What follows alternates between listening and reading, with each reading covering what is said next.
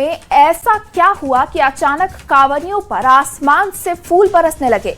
ऐसा अलौकिक दृश्य कि जिसने भी देखा बस देखता ही रह गया। रिपोर्ट देखिए।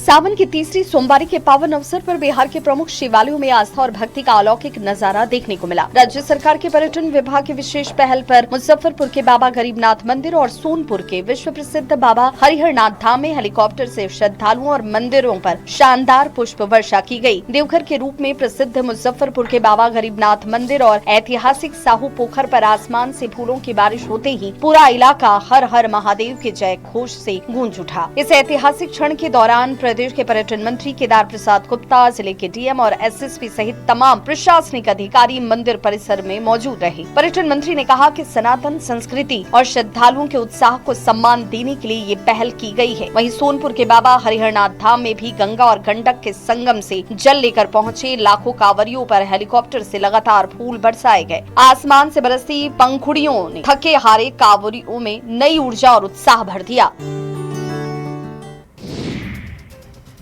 जेपीएससी पेपर लीक को लेकर चल रहे प्रदर्शन के बीच आखिर इन आंदोलनकारियों को कौन कृपा बरसा रहा है? अनशन पर बैठे इन छात्रों को कौन देसी घी की खिचड़ी खिला रहा है? रिपोर्ट देखिए। रांची के जयपाल सिंह स्टेडियम में चल रहे जेपीएससी और जेएसएससी अभ्यर्थियों के आंदोलन के बीच सेवा और अपनेपन की एक अनोखी तस्वीर देखने को मिली है। प्रदर्शन कर रहे 1000 से ज्यादा छात्रों के लिए पंजाब से पहुंची वर्ल्ड पंजाबी ऑर्गेनाइजेशन की टीम ने दोपहर में स्पेशल पंजाबी तड़का खिचड़ी का लंगर तैयार किया। गोभी, बीन्स, मौसमी सब्जियों से भरपूर इस पौष्टिक खिचड़ी में शुद्ध देसी घी का छौंका लगाया गया, जिसकी महक पूरे आंदोलन स्थल पर फैल रही है। भोजन तैयार करने के दौरान साफ सफाई और स्वच्छता का विशेष तौर पर ध्यान रखा जा रहा है। भोजन का समय जानने के लिए छात्र भी लगातार सेवादारों के पास पहुंचते दिखे। संगठन के प्रतिनिधियों का कहना है कि जब तक छात्रों का ये आंदोलन जारी रहेगा, तब तक वे लगातार अभ्यर्थियों के लिए भोजन की सेवा जारी रखेंगे। उन्होंने कहा कि रात के खाने में अभ्यर्थियों के लिए चावल, दाल, सब्जी और विशेष मिठाई की व्यवस्था भी की जाएगी। संघर्ष के इस दौर में छात्रों को मिल रहा ये सहारा आंदोलनकारियों का हौसला लगातार बढ़ा रहा है। बगहा में नदी के किनारे रहने वाले लोगों की मुश्किलें घटने के बजाय बढ़ती जा रही हैं। लोग यही कह रहे हैं कि आखिर करें तो करें क्या? रिपोर्ट देखिए।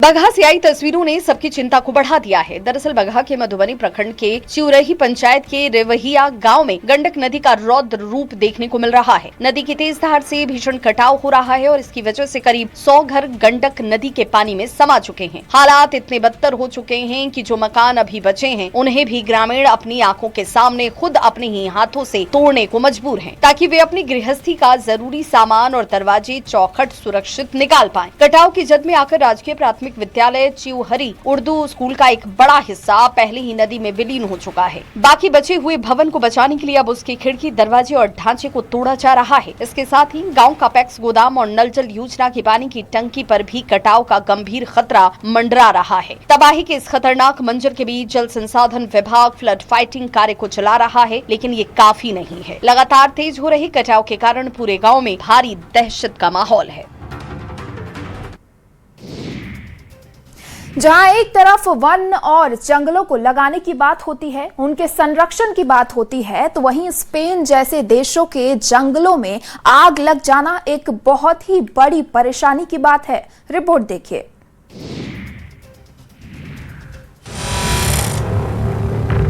स्पेन के आरागोन में जंगल की भीषण आग ने अब विकराल रूप ले लिया है। तेज हवाओं के साथ भड़कती लपटें लगातार नए इलाकों को अपनी चपेट में लेने की कोशिश कर रही हैं और चारों तरफ धुएं का ऐसा गुबार है कि हालात बेहद खतरनाक हो गए हैं। वीडियो में देखिए घना धुआं, आसमान छूती आग की लपटें और उनके बीच जिंदगी बचाने की जंग। फायर ब्रिगेड और इमरजेंसी टीमें लगातार मोर्चे पर डटी हैं, लेकिन आग की रफ्तार ने चुनौती कई गुना बढ़ा दी है। हालात की गंभीरता का अंदाजा इसी से लगाया जा सकता है कि आग बुझाने के लिए इतिहास की सबसे बड़ी फायर ब्रिगेड टीमों में से एक को मैदान में उतारा गया है। सेना के जवानों समेत स्पेन के अलग अलग हिस्सों से बुलाए गए करीब 1000 दमकल कर्मी दिन रात ऑपरेशन में जुटे हैं। इनका एक ही मिशन है, आग को फैलने से रोकना, प्रभावित इलाकों को सुरक्षित करना और इस धधकते संकट पर काबू पाना। आरागोन में जंगल धधक रहा है और हर गुजरते पल के साथ चुनौती और भीषण होती जा रही है।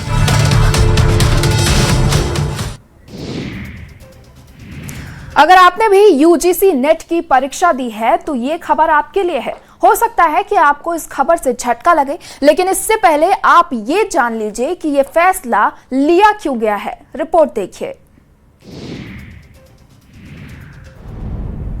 यूजीसी नेट की तैयारी कर रहे अभ्यर्थियों को बड़ा झटका लगा है। नेशनल टेस्टिंग एजेंसी यानी कि एनटीए ने इंग्लिश, कॉमर्स और सोशियोलॉजी के पेपर को रद्द कर दिया है। एनटीए के मुताबिक इन तीनों विषयों के प्रश्न पत्रों में स्पेलिंग और प्रिंटिंग से जुड़ी गलतियां थीं। इसके अलावा कुछ ऐसे सवाल भी दोहराए गए थे जो पहले की परीक्षाओं में पूछे जा चुके थे। आंसर की जारी होने के बाद छात्रों ने इन गड़बड़ियों को लेकर आपत्ति जताई थी। एनटीए ने माना कि केवल सवाल हटाकर इन खामियों को ठीक करना संभव नहीं था, जिसके चलते तीनों विषयों की परीक्षा दोबारा कराने का फैसला लिया गया है। अब इंग्लिश, कॉमर्स और सोशियोलॉजी की परीक्षाएं 9 और 10 सितंबर को दोबारा आयोजित की जाएंगी। बता दें कि यूजीसी नेट की परीक्षा 22 से 30 जून के बीच आयोजित की गई थी। ऐसे में 3 विषयों के अभ्यर्थियों को अब दोबारा परीक्षा की तैयारी करनी होगी। हालांकि इस फैसले से कुछ अभ्यर्थी तो खुश हैं, लेकिन आंसर की में जिनके नंबर अच्छे हैं उनके लिए ये फैसला निराशाजनक है, क्योंकि बात केवल कुछ की नहीं, बात हर उस छात्र की है जो परीक्षा में बैठा है।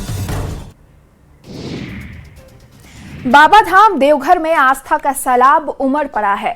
सुबह से ही बाबा के दरबार में लोगों की भारी भीड़ कतारों में लगी हुई है। भीड़ ऐसी कि बाबा के धाम में पूरा संसार आ गया हो। रिपोर्ट देखिए।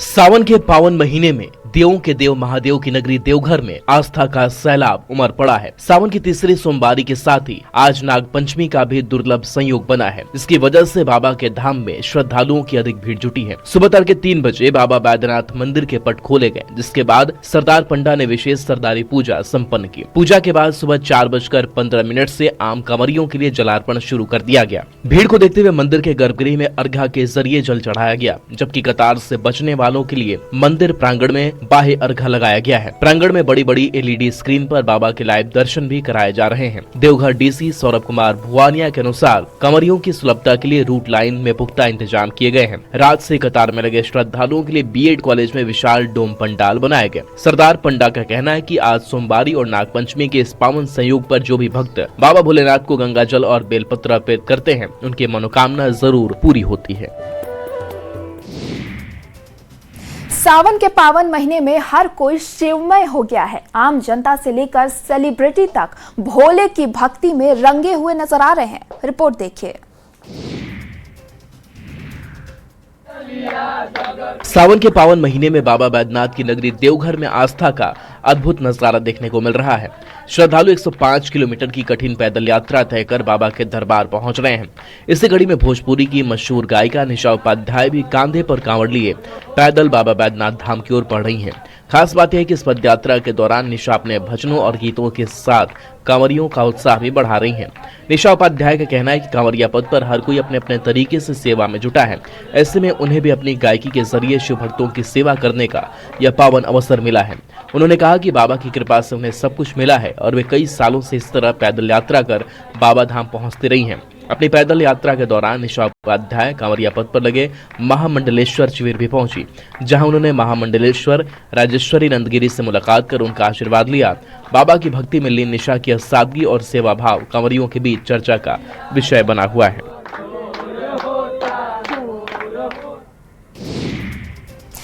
मिथिला के मखाने को जब से जीआई टैग मिला है, तब से समंदर पार भी इसकी धूम मची हुई है। विदेशों में मखाने की भारी डिमांड है। अब दुबई के शेख भी मिथिला के मखाने को चखेंगे। रिपोर्ट देखिए।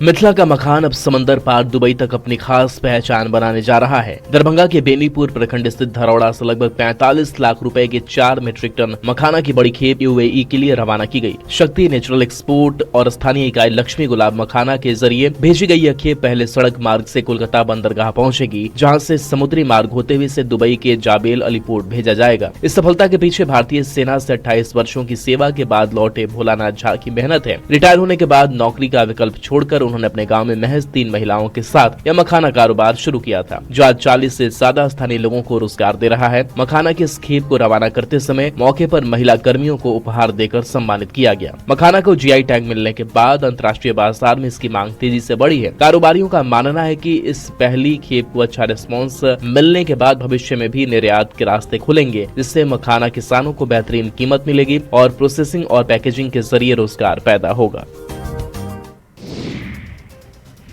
बिहार में पूर्ण शराबबंदी है और इसी शराबबंदी को पूरी तरह से लागू करने के लिए प्रशासन सख्त हो चुका है। प्रशासन ने ठाना है कि एक भी शराब तस्कर कानून से लुका छिपी का खेल नहीं खेल सकता। रिपोर्ट देखिए। मोतिहारी में शराबबंदी कानून को सख्ती से लागू करने के लिए पुलिस प्रशासन ने शराब तस्करों के खिलाफ अब तक का सबसे बड़ा संयुक्त अभियान चलाया है। जिले के लगभग 1 दर्जन थानों की पुलिस ने एक साथ ताबड़तोड़ छापेमारी करते हुए अवैध शराब के काले कारोबार पर जोरदार प्रहार किया है। इस सघन छापेमारी अभियान के दौरान पुलिस टीमों ने अलग अलग ठिकानों से करीब 2000 लीटर अवैध देसी शराब को मौके पर ही नष्ट कर दिया। इसके साथ ही जंगलों और ग्रामीण इलाकों में अवैध रूप से संचालित की जा रही 12 शराब भट्टियों को पूरी तरह ध्वस्त कर दिया। पुलिस ने कार्रवाई करते हुए इसे अवैध धंधे में लिप्त 5 मुख्य शराब तस्करों को भी गिरफ्तार किया है। शराब तस्करों ने पुलिस की नजर से बचने के लिए रिहायशी घरों के भीतर गुप्त तहखाना को बनाया हुआ था। इसके अलावा खेतों और सुनसान जगहों पर जमीन के अंदर गहरे गड्ढे खोदकर शराब को छिपाया हुआ था। तस्करों के शातिराना तरीकों को अपनाने के बाद भी पुलिस ने तलाशी करते हुए देसी शराब की बड़ी खेप को ढूंढ निकाला और नष्ट कर दिया। पुलिस ने साफ कर दिया है कि जिले शराब माफिया को बख्शा नहीं जाएगा। सावन के पावन महीने में भगवान भोलेनाथ को खुश करने के लिए हर कोई अलग अलग तरीके अपना रहा है। कोई भारी भरकम कांवर लेकर जा रहा है तो कोई लंबी लंबी कांवर ले जा रहा है। रिपोर्ट देखिए।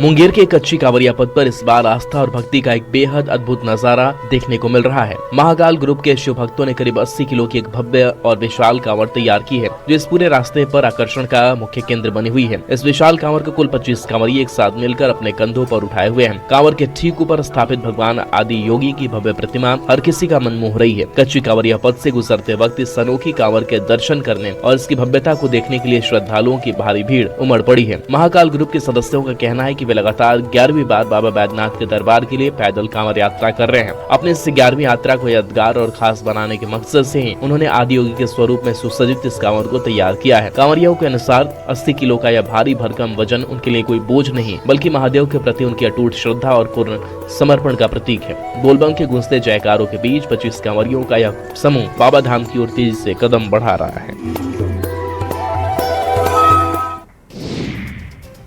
जैसे फागुन में फगुआ गाया जाता है, वैसे ही महिलाओं ने कजरी गाकर सावन महीने का स्वागत किया। हरी हरी साड़ियों में सजी महिलाएं लोक गीतों पर जमकर थिरकती नजर आई। रिपोर्ट देखिए।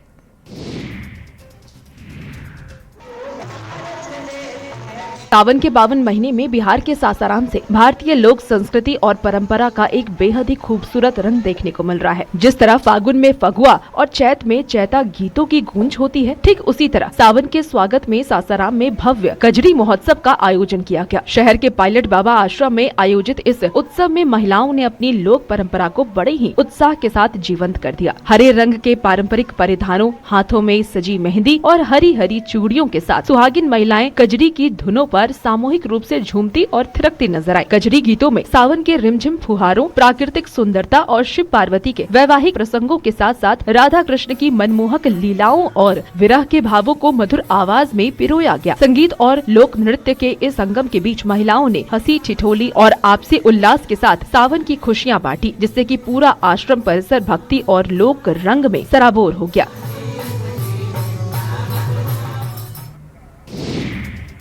मान्यता है कि नाग पंचमी के दिन नाग देवता की पूजा करने से परिवार में सुख समृद्धि आती है।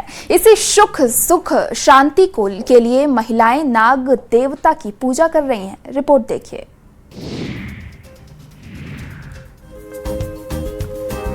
नाग पंचमी के पावन अवसर पर आज पूरे सिवान जिले में भक्ति का बेहद खूबसूरत और पारंपरिक माहौल देखने को मिल रहा है। सुबह तड़के से ही शहरी इलाकों से लेकर के ग्रामीण क्षेत्रों तक नाग देवता के पूजन को लेकर श्रद्धालुओं में उत्साह दिख रहा है। खासकर महिलाओं में इस पर्व का अलग ही क्रेज है। सनातन परंपरा और लोक रीति रिवाजों का पालन करते हुए महिलाओं ने सुबह स्नान ध्यान कर अपने अपने घरों के मुख्य द्वारों पर गाय के पवित्र गोबर से नाग देवता के चित्र बनाए। इसके बाद पूरे विधि विधान के साथ गंध, अक्षत, धूप, दीप और ताजे फूल अर्पित कर नाग देवता की पूजा अर्चना की।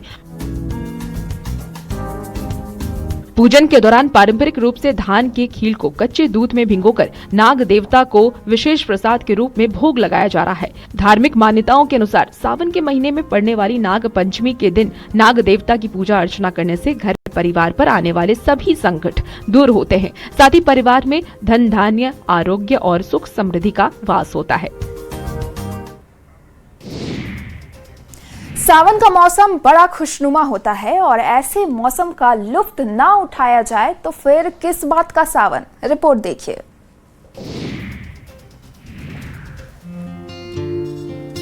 सावन के खुशनुमा मौसम में दानापुर के आरके पुरम इलाके में महिलाओं की मौज मस्ती की एक मनमोहक तस्वीर सामने आई है। सावन मिलन महोत्सव में महिलाओं ने अपनी रोजमर्रा की व्यस्त जिंदगी से फुर्सत निकालकर जमकर खुशियां बटोरी। हरी हरी साड़ियों, मैचिंग चूड़ियों और हाथों में रची खूबसूरत मेहंदी से सजी महिलाओं ने पारंपरिक श्रृंगार के साथ सावन का स्वागत किया। समारोह का मुख्य आकर्षण रैंप वॉक रहा, जहाँ महिलाओं ने पूरे आत्मविश्वास और खूबसूरत अंदाज में कैट वॉक कर समा बांध दिया। सावन और बॉलीवुड के सदाबहार गीतों पर युवा महिलाओं के साथ साथ बुजुर्ग महिलाएं भी अपनी उम्र भूलकर जमकर थिरकी। कार्यक्रम में कई तरह के मनोरंजक खेल, डांस और मजेदार प्रतियोगिताएं भी कराई गई, जिनके विजेताओं को आकर्षक पुरस्कार देकर सम्मानित किया गया। महिलाओं का कहना है कि वे घर, परिवार और बच्चों की जिम्मेदारियों में व्यस्त रहती हैं। ऐसे सावन का ये दिन उनको खुशी के साथ साथ सुकून भी देता है।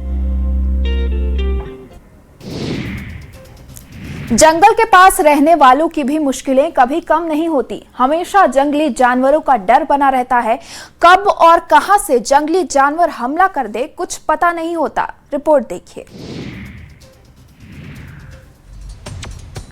बगहा में बाघ के जानलेवा हमले में एक किसान की दर्दनाक मौत के बाद पूरे इलाके में भारी दहशत का माहौल है। घटना के तुरंत बाद वाल्मीकि टाइगर रिजर्व प्रशासन पूरी तरह एक्शन मोड में आ गया और बाघ को पकड़ने के लिए बड़े पैमाने पर रेस्क्यू ऑपरेशन शुरू कर दिया गया। वन विभाग ने बाघ की लगातार निगरानी और सुरक्षित रेस्क्यू के लिए अपनी टीमों को हाई अलर्ट पर रखा है। घटना स्थल और आसपास के जंगली इलाकों में हाईटेक ड्रोन कैमरों, ट्रैप कैमरों और कई जगहों पर मजबूत पिंजरों को लगाया गया है। घने जंगलों और सरेह में बाघ के मूवमेंट को ट्रैक करने के लिए प्रशिक्षित हाथियों की मदद से भी तलाशी अभियान चलाया जा रहा है। प्रशासन द्वारा आसपास के तमाम ग्रामीण इलाकों में लगातार लाउड स्पीकर से माइकिंग कराई जा रही है। ग्रामीणों से सख्त अपील की जा रही है कि वो खेतों की ओर अकेले बिल्कुल न जाएं और पूरी तरह सतर्क रहें। हालांकि स्थानीय लोगों से अपील की गई है कि जंगलों से सटे इलाकों से दूर रहें। सरकार वैसे तो स्वास्थ्य व्यवस्था के लिए दम भरती है और करोड़ों खर्च भी करती है, लेकिन फिर भी ये करोड़ों आखिर कहां जाते हैं? क्योंकि मोतिहारी के सरकारी अस्पताल की तस्वीर यही सवाल कर रही है। रिपोर्ट देखिए। राज्य के सरकारी अस्पतालों की व्यवस्था दुरुस्त करने के दावों के बीच मोतिहारी से एक अस्पताल की बदहाल तस्वीर सामने आई है, जिसने सिस्टम की पोल खोल दी है। मधुबन सामुदायिक रेफरल अस्पताल में फैली गंदगी और असहनीय बदबू ने मरीजों और उनके परिजनों का जीना मुहाल कर दिया है। अस्पताल में साफ सफाई के नाम पर केवल खानापूर्ति की जा रही है। डिलीवरी वार्ड से लेकर सामान्य वार्डों तक हर तरफ कचरे का अंबार और बदहाली का आलम है। इस अव्यवस्था से नाराज मरीजों के परिजनों और स्थानीय लोगों ने अस्पताल की बदहाली का वीडियो बनाकर सोशल मीडिया पर वायरल कर दिया। ये हालात तब हैं जब बिहार सरकार अस्पतालों की स्वच्छता और व्यवस्था सुधारने के लिए जीविका दीदियों और एनजीओ के माध्यम से करोड़ों रुपए का बजट खर्च कर रही है। मधुबन रेफरल अस्पताल की ये ग्राउंड रियलिटी न केवल स्वास्थ्य महकमे के दावों पर बड़ा सवालिया निशान खड़ा कर रही है, बल्कि ये भी दिखाता है कि धरातल पर सरकारी योजनाएं किस कदर दम तोड़ रही है। प्राचीन धरोहरों को संजोए रखना हमारी जिम्मेदारी है। कोई भी प्राचीन और ऐतिहासिक विरासत को नुकसान नहीं पहुंचाना चाहिए। रिपोर्ट देखिए। दरभंगा के महाराजाधिराज लक्ष्मेश्वर सिंह संग्रहालय में रखी प्रसिद्ध कलाकृतियों के संरक्षण का काम आखिरकार शुरू हो गया। 9 सदस्यीय विशेषज्ञों की टीम इन अमूल्य पुरावशेषों को संरक्षित करने में जुट गई है। संग्रहालय में रखे दुर्लभ हाथी दांत की कलाकृतियों समेत अन्य ऐतिहासिक धरोहरों के संरक्षण में हो रही देरी से इनके क्षरण का खतरा बढ़ रहा था, जिसे लेकर संग्रहालय प्रशासन ने गहरी चिंता जताई थी। संग्रहालय के सहायक अध्यक्ष डॉक्टर रविकांत कुमार के अनुसार समझौते के तहत ये कार्य 3 वर्षों में पूरा होना था, लेकिन लगातार हो रही देरी से धरोहरों को नुकसान पहुंचाने की आशंका बढ़ रही थी। मामले की गंभीरता को देखते हुए केंद्रीय संस्कृति मंत्रालय ने सख्त रुख अपनाया। मंत्रालय ने लखनऊ के NRLC को निर्देश जारी कर देरी की जांच रिपोर्ट मांगी और बिना किसी रुकावट के कार्य पूरा करने का आदेश दिया। मंत्रालय के दखल के बाद संरक्षण कार्य ने तेज गति पकड़ ली है। सावन महीना जहां एक ओर खुशहाली लाता है तो वहीं दूसरी तरफ तबाही भी लाता है। महीने में होने वाली बारिश पहाड़ों पर भारी तबाही मचाती है। रिपोर्ट देखिए।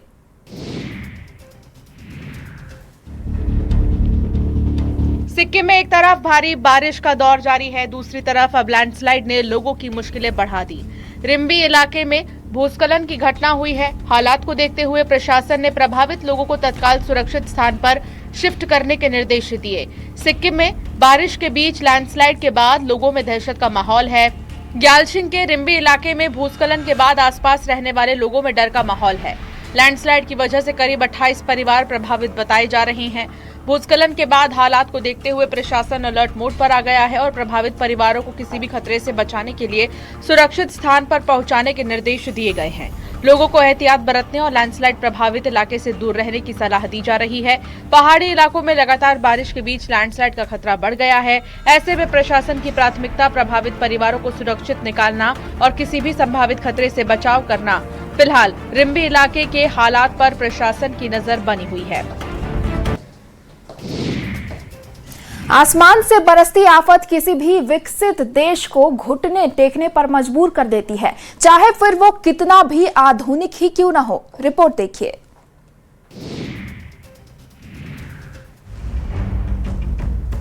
जापान में भारी बारिश के बाद आई बाढ़ ने तबाही मचा दी। चिबा प्रीफेक्चर के कई इलाकों में सड़कें और रिहायशी इलाके पानी में डूब गए। सैकड़ों गाड़ियां बाढ़ के पानी में फंस गई हैं, जबकि 5 लोगों की मौत की खबर है। हजारों लोग बाढ़ से प्रभावित बताए जा रहे हैं। तस्वीरें जापान की राजधानी टोक्यो और आसपास के इलाकों की है, जहां मूसलाधार बारिश के बाद हालात बिगड़ चुके हैं। चिबा प्रीफेक्चर के कई हिस्सों में बाढ़ का पानी सड़कों से लेकर रिहायशी इलाकों तक पहुंच गया। कई जगह सड़कें पूरी तरह जलमग्न नजर आईं। बाढ़ का पानी इतना बढ़ गया कि सड़कों पर दौड़ने वाली गाड़ियां भी इसकी चपेट में आ गईं। सड़कों पर सैकड़ों वाहन पानी में फंस गए हैं, जिससे लोगों की मुश्किलें बढ़ गई। कई इलाकों में जनजीवन बुरी तरह प्रभावित हुआ है। बाढ़ से अब तक 5 लोगों की मौत की खबर सामने आई, जबकि हजारों लोग प्रभावित बताए जा रहे हैं। प्रशासन की ओर से राहत और बचाव कार्य चलाया जा रहा है। प्रभावित इलाकों में लोगों को सुरक्षित निकालने की कोशिश जारी है।